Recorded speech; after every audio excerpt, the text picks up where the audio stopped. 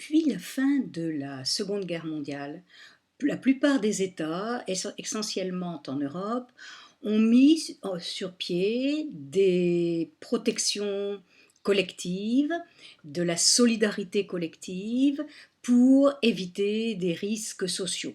Cette solidarité collective, en France par exemple, la sécurité sociale, permet d'échapper à la misère, tous les risques sociaux comme le chômage, les problèmes de santé, la vieillesse, et ces risques sociaux couverts par un système décidé par l'État, c'est ce que l'on a appelé l'État-providence. Cet État-providence, dedans il y a deux mots, il y a État et providence.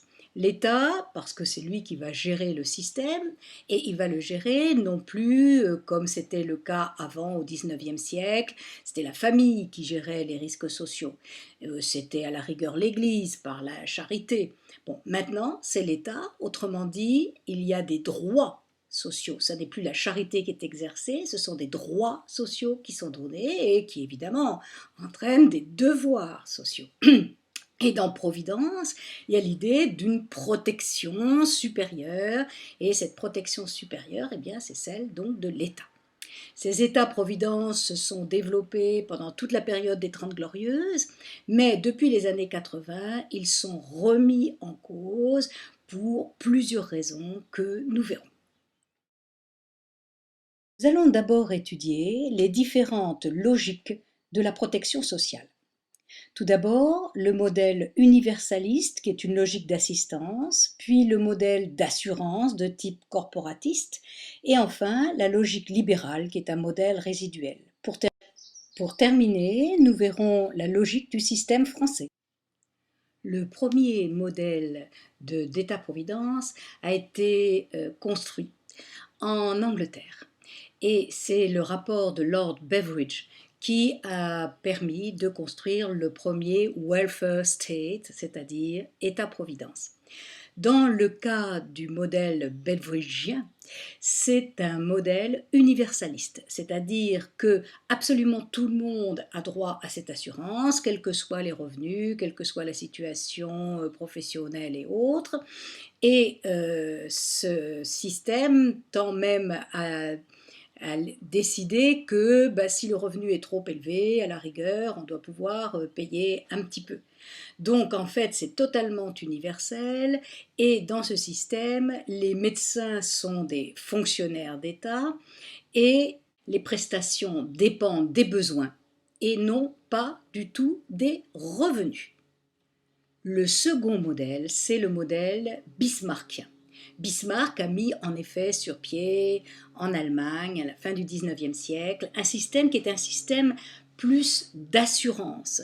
C'est-à-dire que dans ce cas présent, il faut participer d'une manière ou d'une autre, c'est-à-dire par des cotisations, à l'établissement d'une sécurité sociale. Et donc, en fait, c'est ce qu'on appelle un système corporatiste, parce que contrairement au système anglais, qui lui est payé grâce aux impôts, le système corporatiste est payé en fonction des cotisations qui sont faites généralement à partir du travail, donc de la corporation à laquelle on appartient.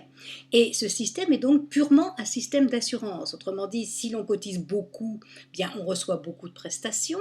Par exemple, un cadre va cotiser pour sa retraite, il va cotiser à un niveau assez élevé, donc il va avoir une retraite assez élevée. Donc en fait, ici, le système est un système beaucoup moins égalitaire que le premier système, mais c'est un système d'assurance qui couvre donc tous ceux qui ont cotisé. Le problème sera que faire de ceux qui n'ont pas cotisé dans ce système. En France, le système de la sécurité sociale correspond au système bismarckien, c'est-à-dire c'est un système d'assurance.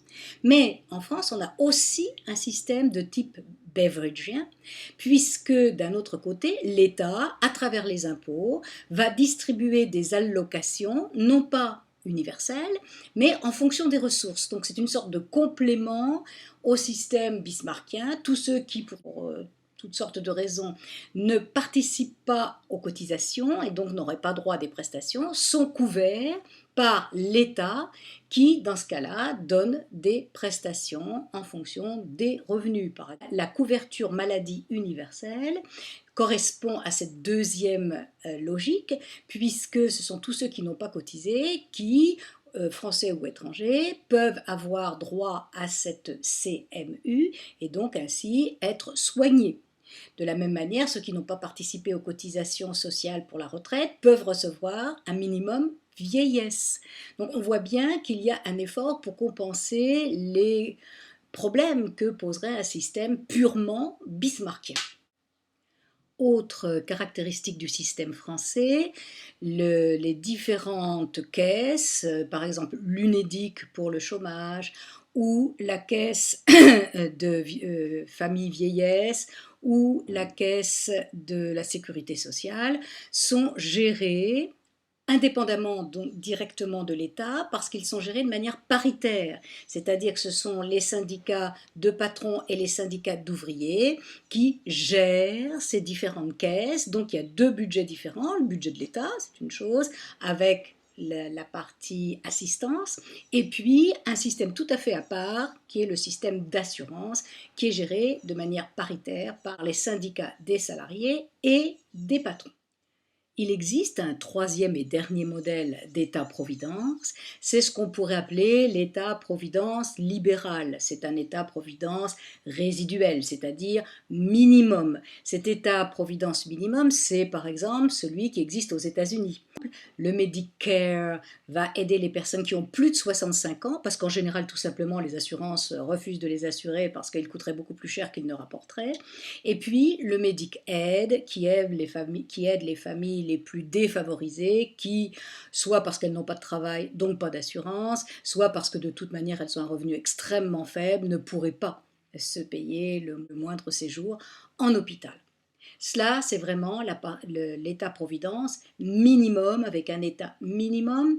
Et on voit combien les Américains y tiennent, parce que lorsque le président Obama a essayé d'élargir le système du Medicaid et du Medicare, en fait, une partie des Américains ont refusé que l'État vienne s'ingérer dans leurs affaires personnelles. Et c'est vraiment un énorme problème aux États-Unis pour Obama que de faire accepter l'extension de ce système de santé. Nous allons voir maintenant la crise de l'État-providence. En fait, elle a trois aspects.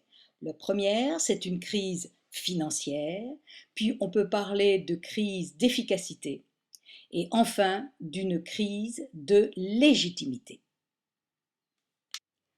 La toute première des crises de l'État-providence, c'est d'abord une crise financière. Une crise financière tout simplement parce que les dépenses sont largement supérieures aux recettes. C'est ce qu'on appelle le trou de la Sécu. Pourquoi ces dépenses sont-elles toujours supérieures aux recettes? Bien, pour plusieurs raisons. D'abord parce que les recettes sont relativement faibles. D'où vient cette faiblesse? Eh bien, elle vient du fait que le chômage est en France un chômage structurel important qui touche presque 10% de la population. Cette population ne paye pas de cotisation tant qu'elle est au chômage, par contre, elle touche évidemment des allocations.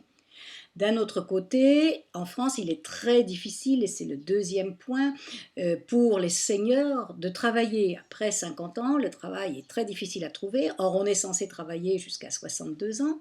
Donc, entre 50 ans et 62 ans, les périodes de travail vont être faibles, donc les périodes de cotisation sont elles-mêmes très faibles, et par contre les périodes de non-travail, les allocations sont données. Donc là aussi, on voit qu'il y a un problème. Et puis, dernière raison de la faiblesse des recettes, c'est que pour essayer d'alléger le coût du travail, les différents gouvernements ont généralement abaissé les charges sociales des entreprises.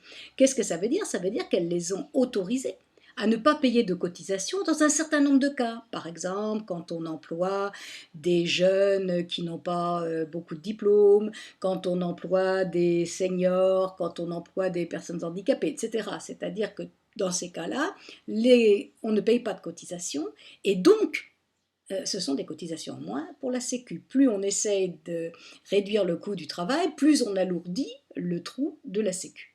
Quant aux dépenses, forcément les dépenses elles augmentent. Elles augmentent d'abord parce qu'il y a le chômage. et qu'il faut bien payer les allocations chômage. Elles augmentent aussi essentiellement sans doute à cause de la vieillesse.